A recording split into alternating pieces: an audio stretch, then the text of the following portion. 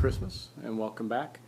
We're getting ready to do turn 12 of our playthrough of A Darkest Night. Loads of fun. Hey, I got a lot of new games at Christmas. Can't wait to share them with you. It's going to be exciting. Also, part of my Christmas gift, partly to myself, partly for my family, is a new Camry, that'd be nice. A new camera with a tripod, all the fancy stuff. I record these currently on my iPad, which is about to change. So anyway, let's get back to our playthrough of A Darkest.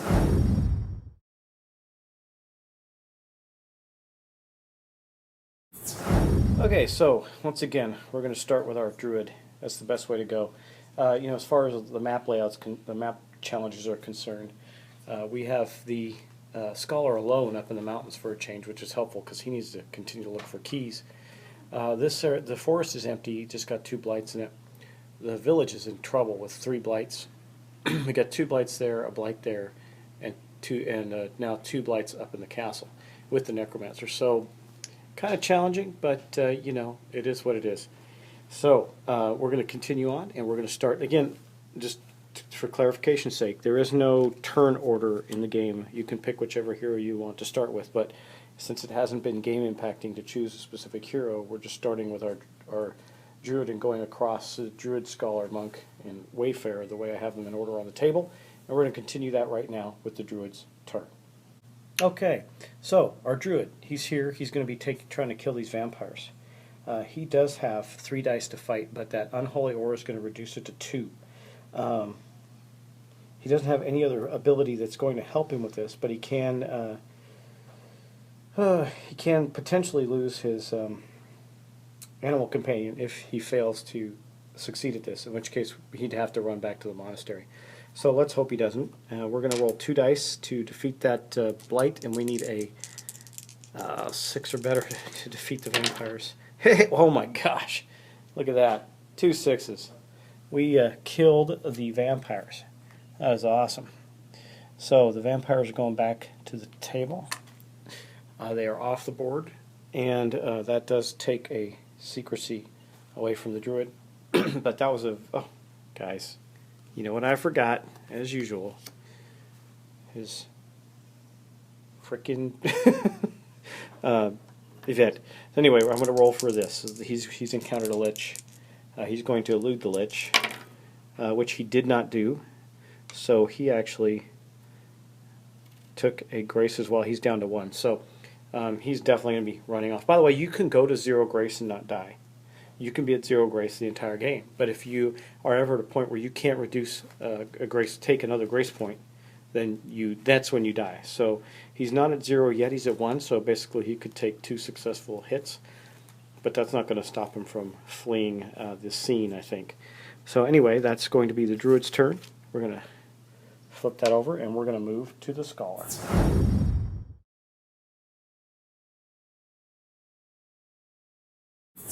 Scholar, he's doing pretty well. He's got a lot of nice abilities. Got search bonus up there with his research materials now. He's got his Forgotten Sanctuary, which he can activate to leave somewhere. Give him +2 to elude while he's there. If I wasn't so desperate for some artifacts, I would move to the village and drop that Forgotten Sanctuary down there, so that it gives our folks a better chance to elude in the village. But be that as it may, we're not going to do that. We are going to first draw an event card. Cultists. So I can win a fight to lure. Oh man, do I have any ability? I've got to see if I can fight these guys.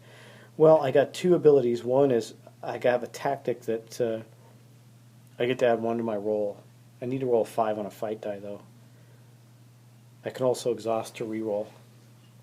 He's got grace. I think we got to try that, because if I can reduce the shadow track down 1, that would be, well, is it helpful? I mean, it's always helpful. Yeah, so let's try that.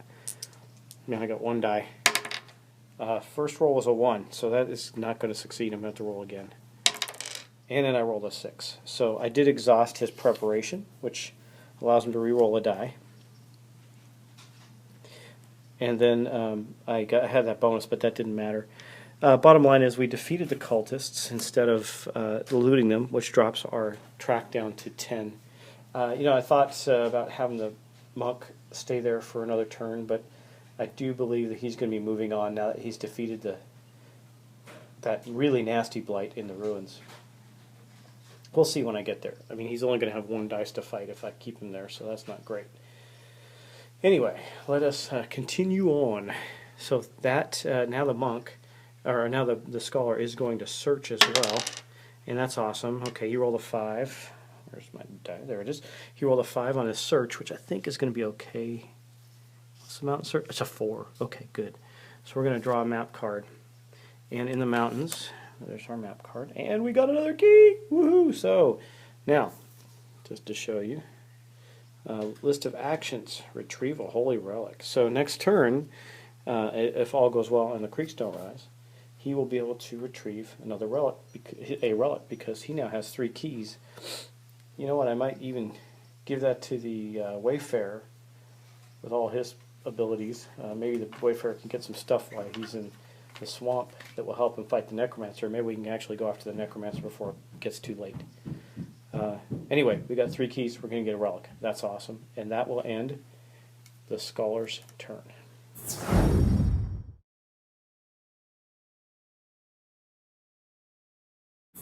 We've had some good luck dice rolling this turn and last, but I'm worried that's not going to last forever. The monk, he can take 1 more hit. He's got 1 grace, but remember, you can go to 0 and then take another hit before dying, which has some penalties with it and would bring out another character, which I don't really want to do, especially with the monk. The monk's awesome. But we do need to continue to reduce blights. He gets no bonuses there. Does he have something? See, his searching thing is a bonus, so it's actually hurt him to be in this spot. If he fights this turn, he's going to have 1 die because our darkness track went down 1. So I don't think he is. He can still take out 2 blights. Oh, that one gives us search difficulty. Yeah, I got it. Such a problem. Such a problem. Okay. He could search where he's at. He gets no bonuses, though. It'd just be a straight die roll. But he sure could use it. He doesn't have... You know what? Let's... Yeah. This is so frustrating. We could go up to join the Druid. I don't know what good that would do, but we could go there. Anyway, we need keys and stuff. I don't think you get keys. You can't get keys in the... Well, you're not as likely to get keys in the village. It tells you the major treasure type you're going to get there, which is chests. But what we haven't done is draw our event card. So let's start with that. Maybe that'll change. Might actually change our deal here. So, Vengeful Spirits. Compared to the secrecy track, his secrecy, which is a 3, he's going to be facing shadows. So he needs to roll a 4 to attack or a 6 to elude. Clearly he's going to elude because he's got 2 things going. Well, yeah, he's got this. Quiet. Elude with 2 dice, which is... And it's -1 fighting right there. He's only got 1 dice right now. So he's just going to try and elude these. He can also... he can't use his bone... his chi burst is already used up. I guess he's just got to roll. Well, it rolled 2 5s. Did that make it? I don't know. No. Well, that is definitely going to help make our decision because as a result of that, he does take another damage. He is at 0, and I don't want him to die. So for his action, he's going to run away, which will increase his secrecy up to 4. He's heading toward the monastery where he can do some healing. That's going to end his turn.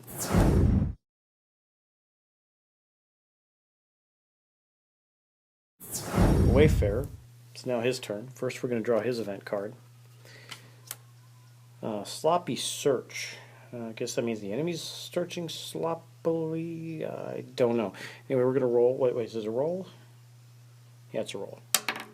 We rolled a 1. Spend 1 grace or lose 1 secrecy. Well, that's an easy thing for him to do. His secrecy's at a 6 right now. He'll just drop 1 secrecy there. That'll take care of his event. He was making a lot of noise, I guess, when he was searching there.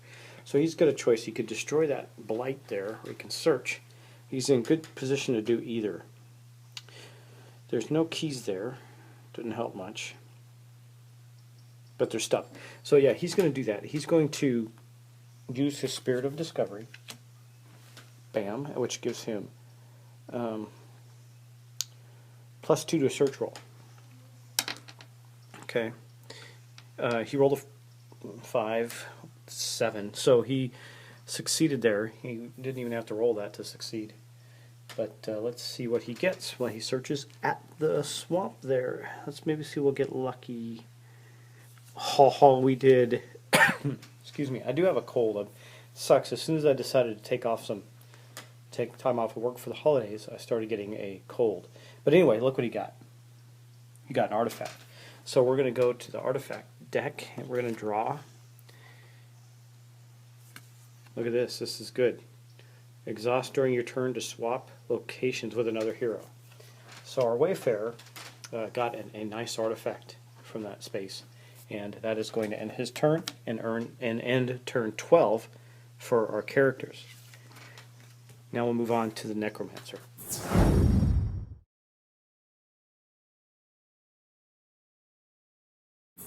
First things first, Mr. Necro, we're going to pump up the Blight. The Darkness track to turn 11. Then we're going to roll. For him, he rolled a 5, so he's probably going to see a whole bunch of folks. Who's closest to him? Well, he's got the Wayfarer. He's got a 4 secrecy and the Scholar. Where will he go? Where will he go? Let me think on this, and I'll be right back. Actually, the Necromancer's... I'm trying to focus here for you. There we go. The Necromancer's roll was a 5, and the Wayfarer actually has a secrecy of 5 still. So Necromancer is going to go chase his friend, his good friend, the Scholar, where he will drop a couple of blights down on him. Because, you know, he likes doing that. They're buds. They're always together.